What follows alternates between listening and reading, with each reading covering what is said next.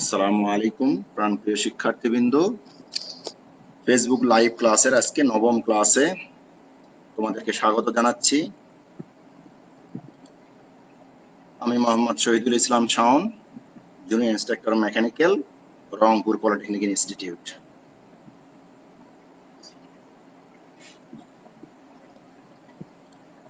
আজকে তোমাদের সামনে যে বিষয়টি নিয়ে কথা বলবো, ডিফ্লেকশন অফ বিম, অর্থাৎ নবম অধ্যায়ের একটা লেকচার অলরেডি দিয়েছি এই চ্যাপ্টারে। আজকে ক্লোজ করবো ইনশাল্লাহ। তো তোমাদের গতদিনে যেগুলো শেখানো হয়েছিল তোমাদের নিশ্চয়ই মনে আছে যে এই চ্যাপ্টারের ম্যাথ প্রবলেম করতে গেলে এই ধারাবাহিকতাগুলো মেনটেন করতে হয়। তার মধ্যে প্রথমেই ছিল একটা ইলাস্টিক কার্ভ অঙ্কন করতে হয়, রিঅ্যাকশন ফোর্স বের করতে হয়, বেন্ডিং মোমেন্ট ডায়াগ্রাম অঙ্কন করতে হয়, আর হলো ওই বেন্ডিং মোমেন্ট ডায়াগ্রামের এরিয়া মোমেন্ট বের করতে হয়। এরপরে যেটা করতে হয়, যে বিন্দু থেকে তুমি ডিফ্লেকশন বা স্লোপ নির্ণয় করতে চাও ওই বিন্দুর থেকে ভার কেন্দ্রের দূরত্ব এক্স বার বের করে নিতে হয়। আর ফর্মুলা যথারীতি এই স্লোপের জন্য theta equals to am by ei। এখানে তোমাদের নিশ্চয়ই মনে আছে am টা এরিয়া মোমেন্ট, ইটা modulus of elasticity, i the moment of inertia, আর theta is the slope or angle. এরপরে deflection y equals to am x bar divided by ei। এখানে শুধু বাড়তি হিসেবে x বার গুণ হয়েছে, এখানে আর কিছুই না। তো চলো সলিউশনে যাওয়া যাক। শুরুতেই একটা ম্যাথ প্রবলেম। একটা ক্যান্টিলিভার বিম দেওয়া আছে, দেখো এই ক্যান্টিলিভার বিমের দৈর্ঘ্য হলো এল দৈর্ঘ্যের একটা ক্যান্টিলিভার বিমের মুক্ত প্রান্তে ডাব্লিউ লোড প্রয়োগ করা হলে প্রমাণ করো মুক্ত প্রান্তে ঢাল বা slope theta equals to W L square by 2ei এবং সর্বোচ্চ deflection y equals to W L cube divided by 3ei। লক্ষ্য করে দেখো এখানে এই প্রশ্নের সাথে চিত্রটা মিলে নাও। একটা এল দৈর্ঘ্যের একটা ক্যান্টিলিভার বিম, এই যে একটা ক্যান্টিলিভার বিম, এক প্রান্ত মুক্ত অপর প্রান্ত আবদ্ধ। মুক্ত প্রান্তে ডাব্লিউ লোড প্রয়োগ করা হয়েছে, এই যে মুক্ত প্রান্তে ডাব্লিউ লোড প্রয়োগ করা হয়েছে। প্রমাণ করতে বলছে স্লোপ এবং ডিফ্লেকশন। এটা একটু ভিন্ন ধর্মী ক্যাটাগরির অঙ্ক। আমি তোমাদেরকে অনুরোধ রাখবো এই ম্যাথটা অত্যন্ত মনোযোগের সহিত একটু দেখো। টোটালি এটা ব্যতিক্রম অঙ্ক, মনে হবে অনেক কঠিন, আসলে অনেক কঠিন না, একদমই সহজ। আমি বোঝানোর চেষ্টা করতেছি, তোমরা একটু কেয়ারফুলি মনোযোগের সহিত দেখো। অঙ্ক করার আগে এখানে কিছু কথা আমি বলে নেই, যে কথাগুলো ম্যাথ প্রবলেম সলিউশন করতে গিয়ে তোমাদের বারবার প্রয়োজন হবে। লক্ষ্য করো তো এখানে চিত্রটার দিকে, এইটা একটা ক্যান্টিলিভার বিম, মুক্ত প্রান্তে ডাব্লিউ কেজি লোড প্রয়োগ করা হয়েছে। এই লোড প্রয়োগের ফলে এই বিমটা এইভাবে বেঁকে যেতে পারে। এইভাবে যদি বেঁকে যায় তাহলে যে কোণ উৎপন্ন করলো এটাকে আমরা বলি স্লোপ বা থিটা। আর এই যে হরাইজন্টাল অ্যাক্সিসের সাথে ভার্টিক্যালি যে ডিসটেন্স, এটাকে আমরা বলি বিচ্যুতি y। এখন লক্ষ্য করো, যেহেতু এটা ক্যান্টিলিভার বিম, এর বিচ্যুতি এক প্রান্তে 0 হয়ে যাবে। লক্ষ্য করে দেখো তো একটু, যে লোড যেখানে কাজ করতেছে মুক্ত প্রান্তে, এই লোড যদি এখানে কাজ না করে এইদিকে করে, বা এই লোড যদি এখানে কাজ করতেছে, এখান থেকে যতই বাম দিকে যাওয়া যাবে এই স্লোপের এই যে কার্ভেচার, ইলাস্টিক কার্ভের মান তত কমতে থাকবে। দেখো ডিসটেন্স যতই তুমি বাম দিকে আসো ততই ডিফ্লেকশন কমতে থাকবে, কমতে কমতে কমতে কমতে এক সময় 0 হয়ে যাবে। যে বিন্দুতে 0 হবে সেই বিন্দুটা কিন্তু এ বিন্দু, অর্থাৎ আমি বলতে পারি যে এ বিন্দুতে ডিফ্লেকশন 0। অনুরূপ ভাবে লক্ষ্য করো স্লোপ বা ঢালের ক্ষেত্রে, লক্ষ্য করো ঢাল যতই ডান দিকে যাওয়া যাবে ঢালের মান তত বাড়বে, কেননা এই যে বিচ্যুতি এখানে ঘটছে, এখানে ঢালটা সর্বোচ্চ হবে। যতই ডান থেকে বাম দিকে যাওয়া যাবে, এই যে দেখো এই যে স্লোপ, স্পর্শক রেখা হরাইজন্টাল অ্যাক্সিসের সাথে যে কোণ করে সেটাকেই বলি আমরা স্লোপ। তাহলে যতই বাম দিকে যাবে এই স্পর্শক রেখাগুলো এরকম আস্তে আস্তে এইভাবে স্পর্শক হয়ে আসবে। স্পর্শকটা যখন এইভাবে হয়ে আসবে তখন আনুভূমিকের সাথে তার কোণ কমে আসবে। এইভাবে যতই তুমি বাম দিকে আসতে থাকবা স্পর্শক রেখাটা ততই ভার্টিক্যাল থেকে হরাইজন্টালের দিকে ধাবিত হবে। ফাইনালি যদি তুমি এই বিন্দুতে আসো তাহলে এটা একটা, এই স্পর্শক রেখাটা একটা স্ট্রেট লাইন হরাইজন্টাল বরাবর এক্স অক্ষ বরাবর একটা স্ট্রেট লাইন মনে হবে। সুতরাং এই এ বিন্দুতে আসলে স্লোপটাও কিন্তু তখন 0 হয়ে গেল। অর্থাৎ আমরা বলতে পারি স্লোপ এবং ডিফ্লেকশন উভয়টাই এ বিন্দুতে 0। আর সর্বোচ্চ কোথায়? বি বিন্দুতে। স্লোপ এবং ডিফ্লেকশন উভয়ই সর্বোচ্চ হবে বি বিন্দু থেকে, আর বি বিন্দু থেকে যতই বাম দিকে আসা যাবে স্লোপ এবং ডিফ্লেকশন ততই কমতে থাকবে, কমতে কমতে এটা এ বিন্দুতে আসে শূন্য হয়ে যাবে। আশা করি তোমরা এটা বুঝতে পারছো। আর লক্ষ্য করে দেখো এখানে আমরা যেটা কাজ করছি যে বি বিন্দু থেকে এক্স দূরত্বে আমরা একটা স্লোপ কল্পনা করছি, এক্স দূরত্বে একটা বিন্দু, ওই বিন্দু থেকে একটা স্পর্শক রেখা অঙ্কন করছি।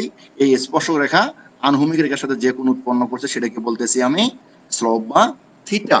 এই থিটাটা, এই থিটার মানটা লক্ষ্য করো, এই এক্স এর মান যদি বাড়তে থাকে তার মানে বাম দিকে যেতে থাকবে, বাম দিকে যত যাবে এই স্লোপ তত কি হবে, কমতে থাকবে। স্লোপ কমতে কমতে কমতে এক সময় এসে জিরো হবে। কোথায় এসে জিরো হবে, এ বিন্দুতে। যদি এ বিন্দুতে যদি স্লোপ জিরো হয়, এ বিন্দুতে এক্স এর মান কত হবে, সেখানে এক্স এর মান কিন্তু এখান থেকে এই পর্যন্ত যাবে, অর্থাৎ এক্স এর মান হবে এল এর সমান। অর্থাৎ এক্স এর মান যদি কখনো এল এর সমান হয় তখন আমি বলতে পারবো যে স্লোপটা শূন্য। বুঝতে পারছো নিশ্চয়ই। আবারও বলতেছি যে ডান থেকে যতই বাম দিকে যাওয়া যাবে স্লোপের মান তত কমতে থাকবে, স্লোপের মান যত কমতে থাকবে এক্স এর মান তত বাড়তে থাকবে। স্লোপ যখন জিরো হয়ে যাবে তখন এক্স এর মান সর্বোচ্চ হবে এবং সেই এক্স এর মানটা হবে বি থেকে এ পর্যন্ত, অর্থাৎ বি থেকে এ পর্যন্ত এই শ্যাফটের দূরত্ব হলো এল। তখন এক্স এর মান আমি বলতে পারি এল। তাহলে আমি বলতে পারি এক্স এর মান যখন এল হবে তখন স্লোপ শূন্য হবে। এবার ডিফ্লেকশন, এই ডান প্রান্তে বি বিন্দু অথবা মুক্ত প্রান্তের ডিফ্লেকশন বা বিচ্যুতি সর্বোচ্চ। যতই বাম দিকে যাওয়া যাবে ডিফ্লেকশনের মান তত কমতে থাকবে, কমতে কমতে এ বিন্দুতে গিয়ে জিরো হবে। লক্ষ্য করো তো অনুরূপ ভাবে একই কথা, ডিফ্লেকশন যখন জিরো হবে এক্স এর মান তখন এল হবে, অর্থাৎ এক্স এর মান যত বাড়তে থাকবে ডিফ্লেকশনেরও মান তত কমতে থাকবে। এই ডিফ্লেকশনের মান কমতে কমতে জিরো হবে এ বিন্দুতে যখন এক্স এর মান এল হবে, অর্থাৎ এক্স আর এল যখন সমান হবে তখন ডিফ্লেকশন এবং স্লোপ উভয়ই শূন্য হয়ে যাবে। এই এই থিমটা কাজে লাগাই এই ম্যাথ প্রবলেমটা সলিউশন করা হয়েছে। এটা একটা ইলাবোরেট ম্যাথ, তারপরে বোঝানোর চেষ্টা করতেছি। দেখো এখানে বলা হয়েছে বি প্রান্ত হতে এক্স দূরে কল্পিত সেকশনের বেন্ডিং মোমেন্ট এম এক্স, মানে বেন্ডিং মোমেন্ট হলো এম, এক্স দূরত্বের জন্য এটাকে বলছি আমরা এম এক্স। দেখো তো এই যে বি প্রান্ত থেকে যদি এক্স দূরত্বে এই যে সি বিন্দু আমি যদি কল্পনা করি, সি বিন্দু মোমেন্ট হলো এম এক্স। এবার আমরা কিন্তু জানি এই যে আগের লেকচারে কিন্তু আমরা প্রমাণ করছিলাম যে বেন্ডিং মোমেন্ট এম সমান D square Y by D X square into EI. EI কে বলা হয় ফ্লেক্সারাল রিজিডিটি বা দৃঢ়তার গুণাঙ্ক, মনে আছে তোমাদের নিশ্চয়ই। তো সেই ইকুয়েশনটা গত ক্লাসে যে লেকচারে যে প্রমাণটা আমরা করছিলাম ওই প্রমাণটাই, বেন্ডিং মোমেন্ট বের করার যে প্রমাণটা। তাহলে বেন্ডিং মোমেন্ট এম সমান EI into D square Y by D X square. এবার আমরা বেন্ডিং মোমেন্ট বের করব। কোথায় বের করব, এম এক্স এর মান বের করব। এম এক্স এর মান কত হবে, আমরা জানি যে কোনো বিন্দুতে বেন্ডিং মোমেন্ট ওই বিন্দুর ডান প্রান্ত কিংবা বাম প্রান্তের বেন্ডিং মোমেন্ট সমান। আমরা জানি যে কোনো বিন্দুর সাপেক্ষে ডান প্রান্তের বেন্ডিং মোমেন্টের মান আর বাম প্রান্তের বেন্ডিং মোমেন্টের মান সমান হয়। তাহলে আমার যেহেতু ডান প্রান্তের লোড জানা আছে তাহলে আমি ডান প্রান্তের বেন্ডিং মোমেন্ট বের করি। ডান প্রান্তের লোড হলো ডাব্লিউ আর যার লম্ব দূরত্ব হলো x, W into x. Negative দেওয়া কেন, আমরা জানি বেন্ডিং মোমেন্ট ডায়াগ্রাম কখনো ক্যান্টিলিভার বিমের বেন্ডিং মোমেন্ট ডায়াগ্রাম কখনোই পজিটিভ হবে না। তোমাদের নিশ্চয়ই মনে আছে যে SFD BMD share force bending moment diagram যখন তোমাদের শিখাইছিলাম সে সময় কিন্তু বারবার বলছিলাম যে ক্যান্টিলিভার বিমটা ব্যতিক্রম, ক্যান্টিলিভার বিমের বেন্ডিং মোমেন্ট ডায়াগ্রাম কখনোই পজিটিভ হতে পারে না, এটা অলওয়েজ নেগেটিভ। সেই নেগেটিভ এখানে ক্যান্টিলিভার বিমের জন্য নেগেটিভ। আর এই যে এক্স দূরত্বে এখান থেকে তার মোমেন্ট হলো ডাব্লিউ ইন্টু এক্স। এটা 2 নাম্বার ইকুয়েশন। এবার আমরা 2 নাম্বার ইকুয়েশনকে ইন্টিগ্রেশন করব। এগুলো কেন করতেছি, স্লোপ এবং ডিফ্লেকশন বের করার জন্য করতেছি। তাহলে ইন্টিগ্রেশন করলে উভয় পক্ষে ইন্টিগ্রেশন করলে ইআই তো কনস্ট্যান্ট। আচ্ছা এই যে D square Y by D X square, এটাকে তোমরা জানো যে সেকেন্ড ডিগ্রি ডিফারেন্সিয়েশন বা দ্বিতীয় পর্যায়ের ডিফারেন্সিয়েশন বলা হয়। অর্থাৎ ওয়াই এর সাপেক্ষে এক্স কে একবার ডিফারেন্সিয়েশন করলে হয় ডিওয়াই বাই ডিএক্স, দ্বিতীয়বার ডিফারেন্সিয়েশন করলে হয় D square Y by D X square. আমরা জানি ইন্টিগ্রেশন হলো ডিফারেন্সিয়েশনের বিপরীত। ডিফারেন্সিয়েশন করলে যেটা বাড়বে ইন্টিগ্রেশন করলে সেটা কমবে, ডিফারেন্সিয়েশন করলে যেটা কমবে ইন্টিগ্রেশন করলে সেটা বাড়বে, একটা অপরটার অপোজিট। তাহলে এটাকে যদি আমি ইন্টিগ্রেশন করি তাহলে পূর্বেরটা ফিরে আসবে, অর্থাৎ এই যে dy বাই dx, অর্থাৎ এটাকে যদি আমি ডিফারেন্সিয়েশন করি তাহলে d square y by dx square, তার মানে এটার ইন্টিগ্রেশন হবে ওইটা, যার ডিফারেন্সিয়েশন যা তার ডিফারেন্সিয়েশন তা, অর্থাৎ কোনো একটা রাশিকে যদি ডিফারেন্সিয়েশন করে যে রেজাল্ট পাবো ওই রেজাল্টকে যদি আমি আবার ইন্টিগ্রেশন করি তাহলে পুনরায় পূর্বের রেজাল্ট ফিরে আসবে, অর্থাৎ ওর ডিফারেন্সিয়েশনের আগের যে মানটা ওই মানের সমান হবে। অর্থাৎ dy বাই dx কে ডিফারেন্সিয়েশন করলে d square y by dx square হয়, আবার এটাকে ইন্টিগ্রেশন করলে আগেরটা ফিরে আসে। নিশ্চয়ই তোমরা পূর্বে ক্যালকুলাস করে আসছো, তোমাদের জানা আছে। তাহলে d square y by dx square কে ইন্টিগ্রেশন করলে dy বাই dx হয়, আর মাইনাস wটা হলো কনস্ট্যান্ট, x এর ইন্টিগ্রেশন কি x square by 2, x to the power n এর ফর্মুলা, এখানে n এর মান 1, x to the power n এর ফর্মুলা হলো x to the power n plus 1 divided by n plus 1। সেই সূত্র থেকে x এর ইন্টিগ্রেশন হবে x square by 2 R minus w তো কনস্ট্যান্ট। আমরা জানি ইন্টিগ্রেশনের দুই ধরনের হয়, একটা লিমিট ইন্টিগ্রাল আর একটা নন লিমিট ইন্টিগ্রাল। আমরা লিমিট ইন্টিগ্রাল যদি লিমিট দেওয়া না থাকে সেই ক্ষেত্রে ইন্টিগ্রেশনের ক্ষেত্রে একটা কনস্ট্যান্ট c বসে। তো আমরা যেহেতু একাধিকবার ইন্টিগ্রেশন করব এই জন্য প্রথমবার ইন্টিগ্রেশন করার পরে এর কনস্ট্যান্টকে c1 বলতেছি আমরা। এবার আমার কাজ হলো এই c1 এর মান বের করা। লক্ষ্য করো তো এখানে dy বাই dx চলে আসছে আমার, dy বাই dx কি, দিস ইজ দা স্লপ, এটাই হলো আমাদের সেই কাঙ্ক্ষিত ঢাল।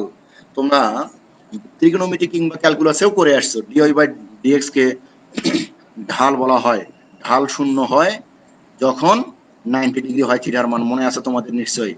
যা হোক, এখানে ei into dy by dx, আচ্ছা এখানে আমরা c1 এর মান বের করতে চাই।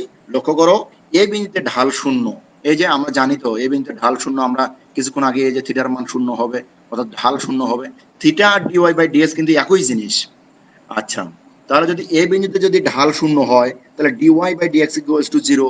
আচ্ছা, এই বিন্দুতে ঢাল যদি শূন্য হয় সেক্ষেত্রে x এর মান কত হবে, এই বিন্দুতে x এর মান হবে x ইকুয়ালস টু l। এই যে দেখো যেখানে x ইকুয়ালস টু l হবে সেখানে ঢাল dy বাই dx এর মান শূন্য হবে, যেটা আমি শুরুতেই তোমাদের ব্যাখ্যা করেছি। এখান থেকে বুঝতে চাইলে তোমাদের অনেক কিছু জটিল মনে হতো। আচ্ছা, এবার dy বাই dx এর মান 0 বসাই, আর x এর মান কি বসাবো, x এর মান l বসাবো। x এর মান যদি এখানে l বসাই তাহলে l স্কয়ার হবে, তাহলে minus wl square by 2 plus c1, আর এখানে dy বাই dx এর মান 0, তাহলে এটা আলটিমেটলি 0, c1 এর মান wl স্কয়ার বাই 2। তাহলে c1 এর মান আমি পেয়ে গেলাম। এই c1 এর মানটা এবার 3 নম্বর সমীকরণে আমি বসাই। 3 নম্বর সমীকরণে যদি আমি c1 এর মান বসাই তাহলে কি আসে লক্ষ্য করো, 3 নং সমীকরণে c1 এর মান বসে পাই এই যে c1 এর জায়গায় wl স্কয়ার বাই 2। এটাই হলো আমার স্লোপ নির্ণয়ের সূত্র। dy বাই dx যেহেতু আছে এবং এখানে আর কোনো কনস্ট্যান্ট নাই, সকল মান আমার এখানে x এর মান আর l এর মান ei এর মান বসাই দিলেই এখানে মান বের হয়ে আসবে। সুতরাং আমি বলতে পারি এই 4 নম্বর সমীকরণটাই হলো যে কোনো বিন্দুর ঢাল নির্ণয়ের সমীকরণ। তারপর এই 4 নম্বর সমীকরণ থেকে আমরা ঢাল ফাইনালি বের করব। আপাতত 4 নম্বর সমীকরণটা মাথায় রাখো যে এটাই ঢাল নির্ণয়ের সাধারণ সমীকরণ, যে কোনো বিন্দুর ঢাল বের করা যাবে এই 4 নম্বর সমীকরণের মাধ্যমে, যে কোনো বিন্দুকে ওই x এর দূরত্ব হিসেবে কাউন্ট করা হবে। এবার আমরা এই 4 নম্বর সমীকরণকে আবারও পুনরায় ইন্টিগ্রেশন করি। যদি ইন্টিগ্রেশন করি, মনে আছে তোমাদের d square y by dx square কে ইন্টিগ্রেশন করে dy বাই dx পেয়েছিলাম, এবার dy বাই dx কে ইন্টিগ্রেশন করলে y পাবো। কারণ কি, y কে ডিফারেন্সিয়েশন করলে dy বাই dx হবে, তাহলে এই y এর ডিফারেন্সিয়েশন যদি dy বাই dx হয় তাহলে dy বাই dx এর ইন্টিগ্রেশন হবে y। আগেই বলছি ডিফারেন্সিয়েশন ইন্টিগ্রেশনের বিপরীত। আবার দেখো এবার মাইনাস w বাই 2, এটা হলো কনস্ট্যান্ট, x স্কয়ারের ইন্টিগ্রেশন কি, ওই যে x to the power n এর formula n plus 1 divided by n plus 1, অর্থাৎ x স্কয়ার ইন্টিগ্রেশন হবে x কিউব বাই 3, n এর মান 2, তার সাথে 1 যোগ করলে 3 ভাগ 3 plus wl square by 2 constant, কারণ এখানে x নাই, তাহলে এটা কনস্ট্যান্টই রয়ে গেল। আচ্ছা, কনস্ট্যান্ট যদি থাকে সেখানে মনে মনে একটা 1 থাকে, আর 1 এর ইন্টিগ্রেশন কি x, যার সাপেক্ষে ইন্টিগ্রেশন করবা 1 এর ইন্টিগ্রেশন হবে তা, তাহলে এখানে 1 এর ইন্টিগ্রেশন হলো x। এবার ওই যে বলছিলাম যেহেতু এখানে লিমিট বসানো হয়নি তাহলে ইন্টিগ্রেশনে আবারও একটা কনস্ট্যান্ট আসবে, আগের কনস্ট্যান্ট c1 হওয়ায় এবারে কনস্ট্যান্টকে আমরা বলতেছি c2, এই সেই c2। এবার আমার কাজ হলো c2 এর মান বের করা। c2 এর মান আমি কিভাবে বের করব, দেখো তো ওয়াইটা কি ডিফ্লেকশন বা বিচ্যুতি। এই যে দেখো এখন এই বিন্দুতে ডিফ্লেকশন y ইকুয়ালস টু 0, আমরা তো জানি যে বি বিন্দুতে y এর মান সর্বোচ্চ, আর বি থেকে যত এর দিকে যাওয়া যাবে y এর মান তত কমতে থাকবে এবং সর্বনিম্ন 0 হবে এই বিন্দুতে আসলে। যখন x এর মান হবে l তখন y এর মান হবে 0। এই জন্যই বলা হয়েছে যে এখন এই বিন্দুতে ডিফ্লেকশন y ইকুয়ালস টু 0 যখন x equals to l। x এর মান যখন l হবে y এর মান তখন 0 হবে। অতএব x ইকুয়ালস টু l হলে 5 নং সমীকরণ হতে পাই। 5 নং সমীকরণটা কোথায়? এই যে 5 নং সমীকরণে। এখানে x এর মান l আর y এর মান 0 আমরা 5 নং সমীকরণে বসাবো। ei ইনটু y এর মান, এই যে y এর মান 0 এখানে বসাইলে ইনটু 0 মাইনাস w বাই, লক্ষ্য করো মাইনাস w বাই 2, আর এখানে যদি l এর মান যদি বসাই তাহলে l কিউব বাই 3, 3 দুগুণে 6, w l কিউব বাই 3 দুগুণে 6, আর মাইনাস চিহ্ন সামনে ছিল মাইনাস রয়ে গেল। এবার plus W L square into x এর মান কত এখানে এল, এই এল যদি গুণ করি আমি তাহলে হবে এল কিউব, তাহলে আমি বলতে পারি ডাব্লিউ এল কিউব বাই 2, এই সেই 2 প্লাস C2। এবার C2 মানটা বের করবো, এটা তো 0 আলটিমেটলি, এগুলো এই পাশে পক্ষান্তর করে নিলাম C2 মান।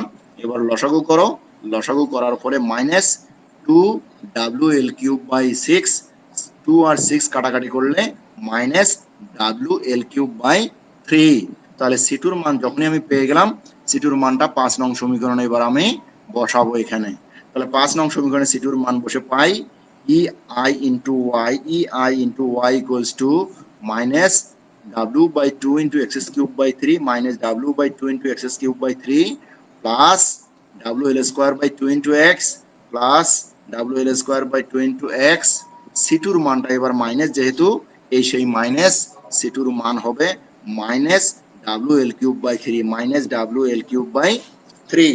তাহলে যেহেতু এখানে ডিফ্লেকশন আছে এবং এর মধ্যে কোনো কনস্ট্যান্ট নাই, সুতরাং আমি বলতে পারি এটাই হলো ডিফ্লেকশনের সাধারণ সমীকরণ। অর্থাৎ এই সমীকরণের সাহায্যে যে কোনো বিন্দুর ডিফ্লেকশন বের করা যাবে, কারণ এই যে এক্স আছে এখানে এক্স, এই এক্স এর মান কত, এক্স এর মান যে কোনো মান হতে পারে, যে কোনো বিন্দুর দূরত্বই হলো এক্স এর মান। এখানে একটা সরি বলতেছি, এখানে স্মল এক্স এখানে ক্যাপিটাল এক্স দেওয়া হয়ে গেছে, এটা হবে স্মল এক্স। এবার আমরা ফাইনালি স্লোপ এবং ডিফ্লেকশন বের করতে পারি। 6 নাম্বার এবং 5 নাম্বার ইকুয়েশনটা একটু মাথায় রেখো। 6 নাম্বার ইকুয়েশন, এই যে 6 নাম্বার ইকুয়েশনটা এবং 4 নাম্বার ইকুয়েশনটা মাথায় রেখো। এই দুটো, এই যে 4 নাম্বার থেকে স্লোপ বের হবে, 6 নাম্বার থেকে ডিফ্লেকশন বের হবে। এবার ঢাল নির্ণয়, দেখো ঢাল বা স্লোপ নির্ণয় করতেছি। মুক্ত প্রান্ত বি এর জন্য x ইকুয়ালস টু 0, তোমরা জানো যে বি বিন্দুতে এই যে x এর মান কত হবে 0, কারণ এখান থেকে x এর যতই বাম দিকে যাবে x এর মান বাড়বে, আর x এর মান 0 হবে বি বিন্দুতে, আর স্লোপ সর্বোচ্চ হবে বি বিন্দুতে। এই জন্যই বলছে মুক্ত প্রান্ত বি এর জন্য x এর মান 0। সুতরাং ঢাল নির্ণয়ের সাধারণ সমীকরণ 4 নং হতে পাই E I into D Y by D X. এটা কোথা থেকে আসলো একটু দেখো, সরি এখানে বলতেছি x এর মান 0 কয় নাম্বার সমীকরণে, 4 নাম্বার সমীকরণে। এই যে দেখো 4 নাম্বার সমীকরণে যদি আমি x এর মান 0 বসাই এখানে, তাহলে E I D Y by D X equals to W L square by 2 থাকে। এই সেই E I into D Y by D X equals to W L square by 2। এবার দেখো এখান থেকে D Y by D X কেই বলা হয় থিটা। এই বি বিন্দু সাপেক্ষে করা হয়েছে জন্য এটাকে বলা হয়েছে theta B. E I into theta B equals to W L square by 2।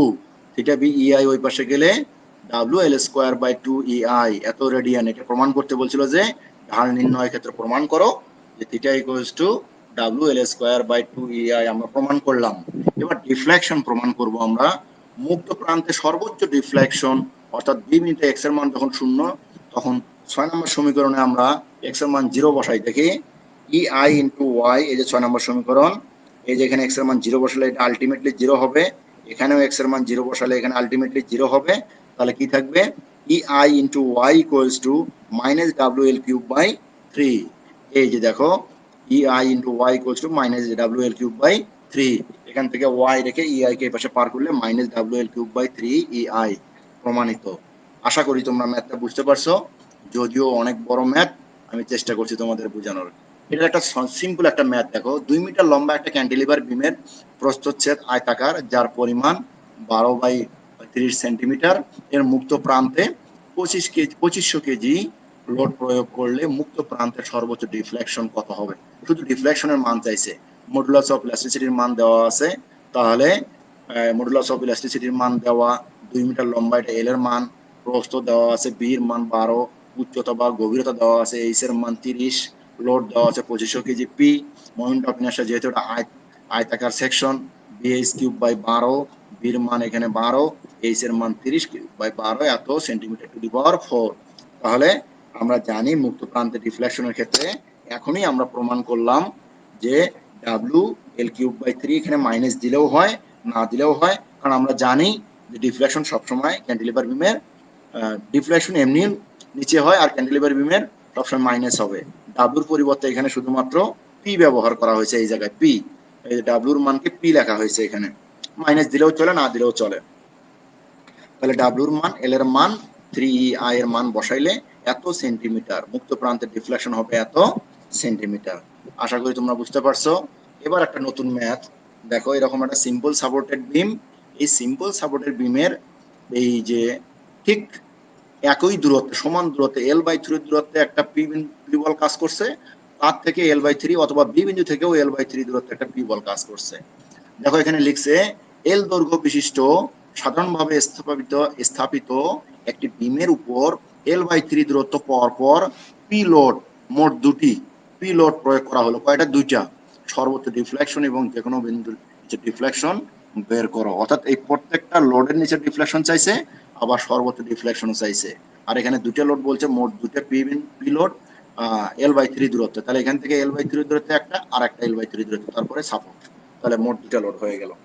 এবার আমরা কি করব, এখানে আর এ আর বির মান আমরা জানি, সমান দূরত্বে থাকার কারণে লোডও সমান বহন করবে।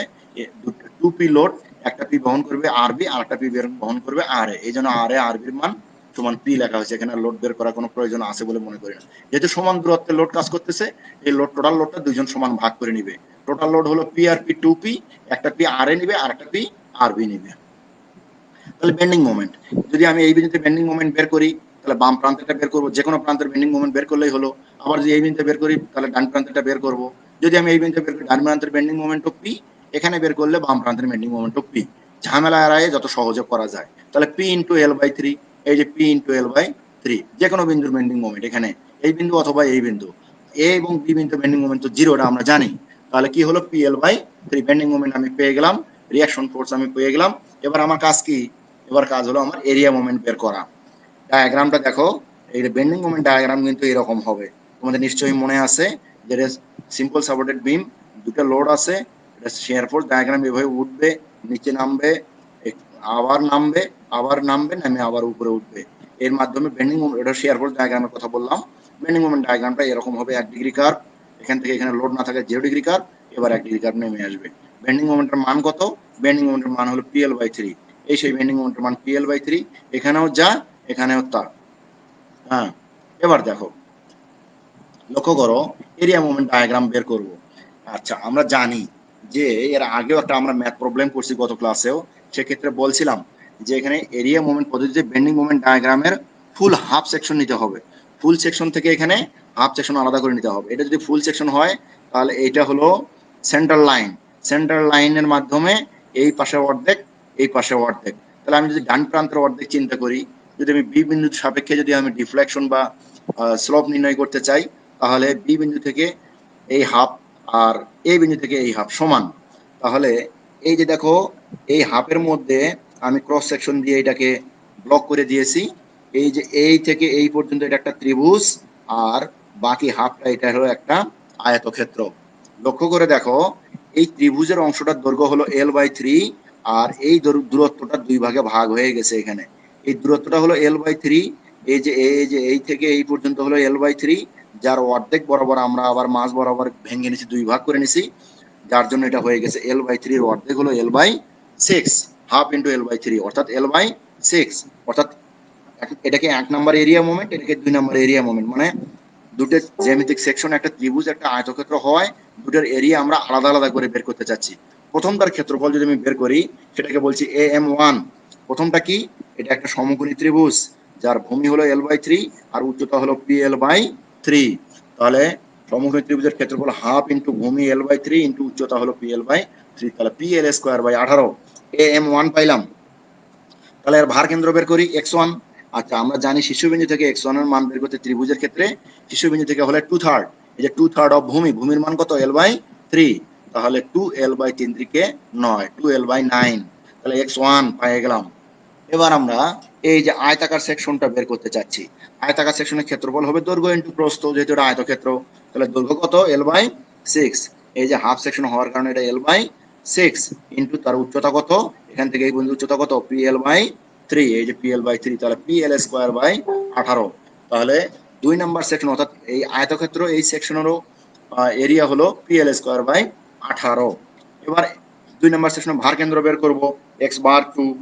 তাহলে ভার কেন্দ্র দেখো তো, এই বি বিন্দু থেকে এই পর্যন্ত হলো আমি জানি L/3, তাহলে L/3 প্লাস কি হবে এবার ভার কেন্দ্র কোথায় থেকে এই জায়গায়, এটার দূরত্ব কত হবে, এটার অর্ধেক, এখানে আছে কত L/6, L/6 এর অর্ধেক হবে, এই যে হাফ ইন্টু L/6।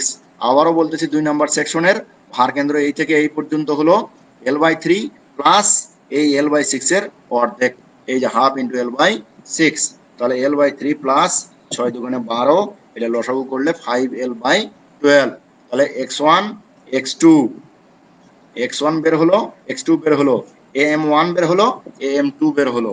তোমরা নিশ্চয়ই জানো যে এরপরে আমরা সূত্রে যেতে পারি। সূত্রটা কি ছিল, ডিফ্লেকশন নির্ণয়ের y AM × x bar divided by EI। যেহেতু AM এখানে দুইটা হয়ে গেছে, দুইটা সেকশন, একটা ত্রিভুজ একটা আয়তক্ষেত্র, এই জন্য AM1 AM2, তাহলে x বারও দুটো হয়ে গেছে, x1 x2, তাহলে ফর্মুলা কি হবে AM1 x1 plus AM2 x2, আর নিচের EI নিচে রয়ে গেল। এবার AM1 এর মান আমরা বের করছি, x1 এর মান বের করছি, AM2 এর মান বের করছি, x2 এর মান বের করছি। তোমাদের নিশ্চয়ই মনে আছে, এই যে x1 এর মান হলো 2L/9, এই যে x1 এর মান 2L/9, x2 এর মান 5L/12, এই যে x2 এর মান 5L/12। AM1 আর AM এর মান একই ছিল, PL²/18 বাই EI। এবার এখানে গুণ করো, এই 2 আর এই 18 কাটাকাটি হবে, কাটাকাটি হলে এখানে থাকবে 9, 9 নং 81, PL³/81, আর এটা 216, 5L³ PL³/216, এটাকে যদি আমি লসাগু করি 648, লসাগু করলে 8 PL³ প্লাস এখানে আগে এটা থেকে এটাকে ভাগ করলে 3, 3 5 15 PL³, এটা যোগ করলে 23 PL³, আর এই 48 নিচে যায় 648 EI। তাহলে সর্বোচ্চ ডিফ্লেকশন y = 23 PL³/648 EI। আশা করি তোমরা বুঝতে পারছো। আগামী ক্লাসে মোস্ট ইম্পর্টেন্ট চ্যাপ্টার নিয়ে কথা বলবো, টরশন অফ শ্যাফটের টরশনের কথা বলবো। তোমরা জানো এই চ্যাপ্টারটা অত্যন্ত গুরুত্বপূর্ণ, যদি হাতে গোনা 2-3টে চ্যাপ্টার সবচেয়ে গুরুত্বপূর্ণ থাকে তার মধ্যে এটা one of the best chapter. আশা করি তোমরা এই চ্যাপ্টারটায় অত্যন্ত মনোযোগের সহিত তোমরা খাতা কলম সহ ক্লাসে উপস্থিত থাকবে। আগামী ক্লাসের জন্য তোমাদের কিছু বাড়ির কাজ দিচ্ছি। আজকের যে লেকচারটা করানো হলো এটা প্র্যাকটিস করবে, সেই সাথে এই শ্যাফট চ্যাপ্টার থেকে ছোট ছোট কিছু থিওরি পড়বা তোমরা। একটা হলো শ্যাফট কি, টর্ক কি, শ্যাফটের টরশন বলতে কি বোঝো, কাপল মোমেন্ট কি, হর্স পাওয়ার বা অশ্ব ক্ষমতা বলতে কি বোঝো, এগুলো মোটামুটি তোমরা আগে থেকে পরিচিত, তবে একটু রিভিউ করে ক্লাসে আসলে তোমাদের জন্য বুঝতে সহজ হবে। এ পর্যায়ে প্রশ্ন উত্তর আমি দেখার চেষ্টা করতেছি। প্রশ্নগুলো তেমন কোনো প্রশ্ন আমি পাইলাম না, দেখতেছি না তেমন কোনো কোশ্চেন। তো কোশ্চেন না থাকলে আজকে এ পর্যন্তই। এই ভিডিওটি পুনরায় দেখতে জাতীয় দক্ষতা বাতায়ন অথবা skills.gov.bd ভিজিট করতে পারো। তো সে পর্যন্ত সুস্থ থাকো, আগামী ক্লাস পর্যন্ত ভালো থেকো। আল্লাহ হাফেজ। ধন্যবাদ সকলকে। আসসালামু আলাইকুম ওয়া রাহমাতুল্লাহি ওয়া বারাকাতুহু।